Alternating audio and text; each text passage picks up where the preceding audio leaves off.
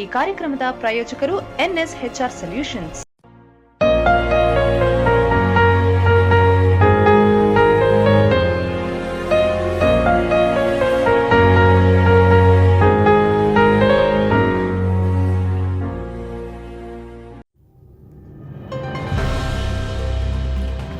ಮಂಡ್ಯ ತಾಲೂಕಿನ ಮಾರಚಾಕನಹಳ್ಳಿ ಗ್ರಾಮ ಪಂಚಾಯಿತಿ ಆವರಣದಲ್ಲಿ ಕರ್ನಾಟಕ ರಾಜ್ಯ ಮಕ್ಕಳ ಹಕ್ಕುಗಳ ರಕ್ಷಣಾ ಆಯೋಗದ ವತಿಯಿಂದ ಗ್ರಾಮ ಪಂಚಾಯಿತಿಯಲ್ಲಿ ಪ್ರಗತಿ ಪರಿಶೀಲನಾ ಸಭೆ ನಡೆಯಿತು. ಕರ್ನಾಟಕ ರಾಜ್ಯ ಮಕ್ಕಳ ರಕ್ಷಣಾ ಆಯೋಗದ ಅಧ್ಯಕ್ಷ ಕೆ. ನಾಗಣ್ಣಗೌಡ ಮಾತನಾಡಿ, ಗ್ರಾಮ ಪಂಚಾಯಿತಿಯಲ್ಲಿ ಸರ್ಕಾರದ ಸುತ್ತೋಲೆ ನೀತಿ ನಿಯಮ ಅನುಸಾರ ಪಂಚಾಯಿತಿ ಜನರಿಗೆ ಸವಲತ್ತು ಸಿಗುವಂತಾಗಬೇಕು. ಪಂಚಾಯಿತಿಗೆ ಇಲಾಖೆ ಅಧಿಕಾರಿಗಳು ಸ್ಪಂದಿಸಬೇಕು. ಇದರಿಂದ ಅಸಾಧ್ಯ ಕೆಲಸಗಳು ಸಾಧ್ಯವಾಗುತ್ತವೆ ಎಂದರು. ಕಾರ್ಯಕ್ರಮದಲ್ಲಿ ಕರ್ನಾಟಕ ರಾಜ್ಯ ಮಕ್ಕಳ ಹಕ್ಕುಗಳ ರಕ್ಷಣಾ ಆಯೋಗದ ಸದಸ್ಯ ಮಿಕ್ಕೆರೆ ವೆಂಕಟೇಶ್, ತಾಲೂಕು ಕಾರ್ಯನಿರ್ವಹಣಾಧಿಕಾರಿ ವೀಣಾ, ಜಿಲ್ಲಾ ಮಕ್ಕಳ ರಕ್ಷಣಾಧಿಕಾರಿ ರಶ್ಮಿ, ಗ್ರಾಮ ಪಂಚಾಯಿತಿ ಅಧ್ಯಕ್ಷೆ ರೇಖಾ, ಕ್ಷೇತ್ರ ಶಿಕ್ಷಣಾಧಿಕಾರಿ ಸೌಭಾಗ್ಯ, PDO ಅಶೋಕ್, ಮಕ್ಕಳ ರಕ್ಷಣಾಧಿಕಾರಿ ರಾಜೇಂದ್ರ, ತಾಲೂಕು ಅಧಿಕಾರಿಗಳಾದ ಶ್ರೀನಿವಾಸ್, ರಶ್ಮಿ, ಜವರೇಗೌಡ ಭಾಗವಹಿಸಿದರು. ಇಂದು ಇನ್ನೊಂದು ಗ್ರಾಮೀಣ ಪಂಚಾಯತಿಗೆ ನಾವು ಬಂದಿದ್ದೀವಿ. ಮಾರ್ಚಾಕ್ನಲ್ಲಿ ತುಂಬ ಒಂದು ಮಂಡ್ಯ ಜಿಲ್ಲೆಯಲ್ಲಿ ಒಂದು ಆರ್ಥಿಕವಾಗಿ ನಿಜವಾಗ್ಲೂ ಕೂಡ ಒಂದು ಹಿಂದುಳಿದಿರ್ತಕ್ಕಂಥ ಒಂದು ಗ್ರಾಮ ಪಂಚಾಯತಿ. ಅದು ಇತ್ತೀಚೆಗೆ ಆಗಿರ್ತಕ್ಕಂಥದ್ದು. ನಮ್ಮ ಉದ್ದೇಶ ಏನಿತ್ತು ಅಂದರೆ, ಈ ಥರ ಗ್ರಾಮ ಪಂಚಾಯತಿಗಳಲ್ಲಿ ಸರ್ಕಾರದಲ್ಲಿ ಬಂದಂಥ ಸುತ್ತೋಲೆಗಳು, ಸರ್ಕಾರದ ನೀತಿ ನಿಯಮಾನುಸಾರ ಕೆಲಸಗಳು ಆಗ್ತಾ ಇದೆಯಾ, ಆ ಜನರಿಗೆ ಪಂಚಾಯತಿ ಮುಖಾಂತರ ಸವಲತ್ತು ಸಿಗ್ತಾ ಇದೆಯಾ, ಒಂದು ಸಲ ಒಂದು ಕಲಿಕೆಗಾಗಿ ನಾವು ಕೂಡ ಅಲ್ಲಿ ತಿಳ್ಕೊಂಡು, ಸೊ ಅದರ ಅಭಿವೃದ್ಧಿಗಾಗಿ ಪಂಚಾಯತಿಗಳು ನಿಯಮಾನುಸಾರ ಏನು ಮಾಡಬೇಕು, ಪಂಚಾಯತಿಗೆ ಸಂಬಂಧಪಟ್ಟಂಥ ಇಲಾಖೆಗಳು ಹೇಗೆ ಅದಕ್ಕೆ ಸ್ಪಂದಿಸಬೇಕು, ಇವೆಲ್ಲವನ್ನು ಕೂಡ ತಿಳ್ಕೊಂಡು, ಅದಾದಮೇಲೆ ಅದೆಲ್ಲ ಆಗಲಿಕ್ಕೆ ಎಷ್ಟಾಗಿದೆ ಎಷ್ಟಾಗಿಲ್ಲ ಅಂತಕ್ಕಂಥ ಕಲಿಕೆಗೆ ನಮಗೆ ಕೂಡ ಅನುಕೂಲ ಆಗಿದೆ. ನಾವು ನಮ್ಮ ಸದಸ್ಯರಾದ ವೆಂಕಟೇಶ್ ಮತ್ತು EO ಬಂದವರು, DCPO, ಇನ್ನು ನಮ್ಮ ಪಂಚಾಯತಿ ಅಧ್ಯಕ್ಷರು ಮತ್ತು ಎಲ್ಲ ಸದಸ್ಯರುಗಳು ಕೂಡ ಇದ್ದಾರೆ. ಎಲ್ಲ ಇಲಾಖೆಯವರು ಕೂಡ ಇಲ್ಲಿ ಬಂದಿದ್ದಾರೆ. ನಮಗೆ ಅರ್ಥ ಆಗಿದ್ದೇನು ಅಂತಂದರೆ, ಆ್ಯಕ್ಚುಲಿ ಏನು ಆಗಬೇಕಾಗಿದೆ ಅಂಥದ್ದು ಕೂಡ ಅನೇಕ ಕೊರತೆಗಳು, ಕಮ್ಯುನಿಕೇಷನ್ ಗ್ಯಾಪ್ಗಳು ಸಾಕಷ್ಟು ಆಗ್ತಾ ಇದೆ.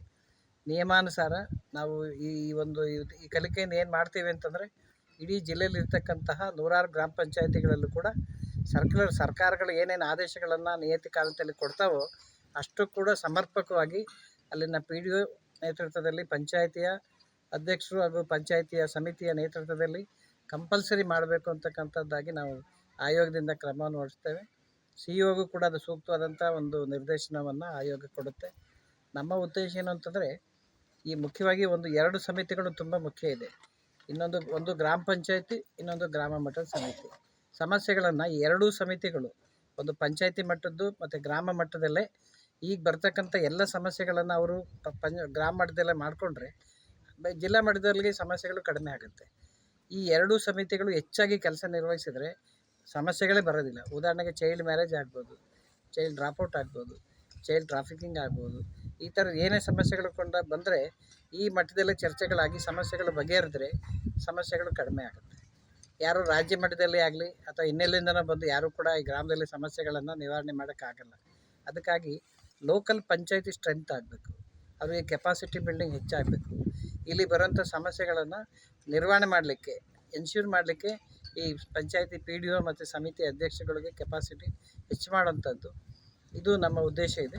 ಸೊ ಆ ನಿಯಮಾನುಸಾರ ಹೇಗೆ ಇದನ್ನು ಸ್ಟ್ರೆಂತ್ ಮಾಡಬೇಕು, ಹೇಗೆ ಈ ಕೆಲಸಗಳನ್ನು ಇವರು ನಿರ್ವಹಿಸಬಲ್ಲರು, ಈ ಒಂದು ಕೂಡ ಲಾಪ್ಸ್ ಆಗದಾಗೆ ಆ ಕೆಲಸ ಮಾಡ್ತಕ್ಕಂಥ ಈ ಪಂಚಾಯತಿಯ ಒಂದು ಅಪ್ಗ್ರೇಡೇಷನ್, ಅದು ಸ್ಟ್ರೆಂತ್ ಮಾಡುವಂಥ ಉದ್ದೇಶಕ್ಕಾಗಿ ನಾವು ಈ ಒಂದು ಪ್ರವಾಸನ ಮಾಡಿದ್ದೇವೆ. ಸಾಕಷ್ಟು ಕಲಿಕೆ ಆಗಿದೆ.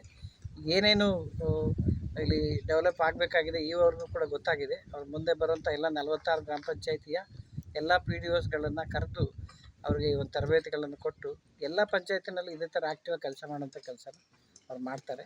ಸೊ ಆ ಉದ್ದೇಶಕ್ಕಾಗಿ ನಾವು ಸಭೆನ ಕರೆದಿದ್ದೇವೆ. ಸರ್ಕಾರಿ ಶಾಲೆ ಮುಚ್ಚೋ ಸ್ಥಿತಿ ಸಮಸ್ಯೆ ಐತೆ ಅಂತ ಹೇಳಿದ್ರು, ಅದ್ರ ಬಗ್ಗೆ ಇಲ್ಲ, ಅದಕ್ಕೋಸ್ಕರ ಈಗ ಅವರು ಹೆಡ್ ಮಾಸ್ಟ್ರು, ಟೀಚರ್ಸ್ ಇದ್ದಾರೆ, ಅಲ್ಲಿ ಮಕ್ಕಳಿಗೆ ಮನವೊಲಿಸಬೇಕಾಗತ್ತೆ. ಅವರು ಅಂಗನವಾಡಿ ಸಂಪರ್ಕ ತೆಗೆದುಕೊಂಡು ಮನೆಗಳ ಭೇಟಿ ಮಾಡಬೇಕು, ಪೋಷಕರ ಭೇಟಿ ಮಾಡಬೇಕು. ಅದೊಂದು ಒಳ್ಳೆ, ನಮ್ಮ ಮಕ್ಕಳು ಸರ್ಕಾರಿ ಶಾಲೆಯಲ್ಲಿ ಓದೋಂಥ ಮಕ್ಕಳ ನಡವಳಿಕೆಗಳು ತುಂಬ ಆ್ಯಕ್ಟಿವ್ ಆಗಿದ್ದರೆ ಜನ ಅವರೇ ಕರ್ಕೊಂಬಂದು ಸೇರಿಸ್ತಾರೆ. ಎಲ್ರಿಗೂ ಆಸೆ ಏನಿದೆ, ಮಕ್ಕಳಿಗೆ ಹಿಂದೆ ಎಲ್ಲ ಏನು ಮಾಡ್ತಿದ್ರು, ಬೆಂಗಳೂರಿನಲ್ಲಿ ಮಂಗಳೂರಿನಲ್ಲಿ ಸೈಟ್ ಮಾಡಬೇಕು, ಮನೆ ಮಾಡಬೇಕು ಅಂತಿದ್ರು. ಈಗಿನ ಪೇರೆಂಟ್ಸ್ಗೆ ಮಕ್ಕಳೇ ಆಸ್ತಿ. ನಮ್ಮ ಮಗ ಎಲ್ಲರೂ ಒಳ್ಳೆ ಕಡೆ ಓದಿ ಸೆಟ್ಲಾದರೆ ಸಾಕಪ್ಪ ಅನ್ನೋ ಮನಸ್ಥಿತಿನಲ್ಲಿ ಎಲ್ಲ ಪೋಷಕರಿಗೆ ಇವತ್ತು ಮಕ್ಕಳೇ ಆಸ್ತಿ. ಹಾಗಾಗಿ ಆ ಮಕ್ಕಳ ಭವಿಷ್ಯದ ಬಗ್ಗೆ ಎಲ್ಲ ಯೋಚನೆ ಮಾಡ್ತಾರೆ. ಅದಕ್ಕಾಗಿ ಇಲ್ಲೇ ನಮ್ಮ ಶಾಲೆಯಲ್ಲೇ ಒಳ್ಳೆ ವಾತಾವರಣಗಳು ಸಿಕ್ಕಿದ್ರೆ ಮಕ್ಕಳು ಆದಷ್ಟು ಆಚೆ ಹೊಡೋದು ತಪ್ಪುತ್ತೆ. ಹೊರಗಡೆ ಹೋದಾಗ ಏನಾಗುತ್ತೆ, ಸಿಟಿನಲ್ಲಿ ಅಲ್ಲೇನೋ ವಾತಾವರಣ ಕಲಿತಾರೆ, ಅಥವಾ ವಾಹನಗಳದ್ದು ಕಿರಿಕಿರಿ ಇರ್ತದೆ. ಅದರ ಬದಲು ಇಲ್ಲೇ ಮಕ್ಕಳಿಗೆ ನಮ್ಮ ಮಕ್ಕಳು ನಮ್ಮ ಶಾಲೆಯಲ್ಲಿ ಓದಿದ್ರೆ ಬಹುಶಃ ಒಂದು ಒಳ್ಳೆ ಸಿಗುತ್ತೆ. ಸರ್ಕಾರಿ ಶಾಲೆಗೂ ಕೂಡ ಒಂದು ಶಕ್ತಿ ಬರ್ತದೆ. ಅದಕ್ಕೋಸ್ಕರ ಏನು ಮಾಡ್ಬೋದು ಆ ಸ್ಟ್ರಾಟಜೀಸ್ನ ಲೋಕಲಾಗಿ ಕೂತ್ಕೊಂಡು ಆ ಪಂಚಾಯತಿ ಮೆಂಬರ್ಸು, ಮುಖ್ಯ ಶಿಕ್ಷಕರು, ಆ ಗ್ರಾಮದಲ್ಲಿ SHG ಗ್ರೂಪ್ ಯಾರ್ಯಾರು ಇದ್ದಾರೆ ಅವ್ರಗಳ ಜೊತೆ ಚರ್ಚೆ ಮಾಡಿ ಎಲ್ಲ ಮಕ್ಕಳುಗಳನ್ನು ಇಲ್ಲೇ ಓದೋಂಥ ಪ್ರಯತ್ನಗಳನ್ನು ಮಾಡಿದ್ರೆ ಮಕ್ಳಿಗೂ ಕೂಡ ಆಚೀಚೆ ಹೋಗುವಂಥ ಸಮಸ್ಯೆಗಳು ತಪ್ಪುತ್ತೆ.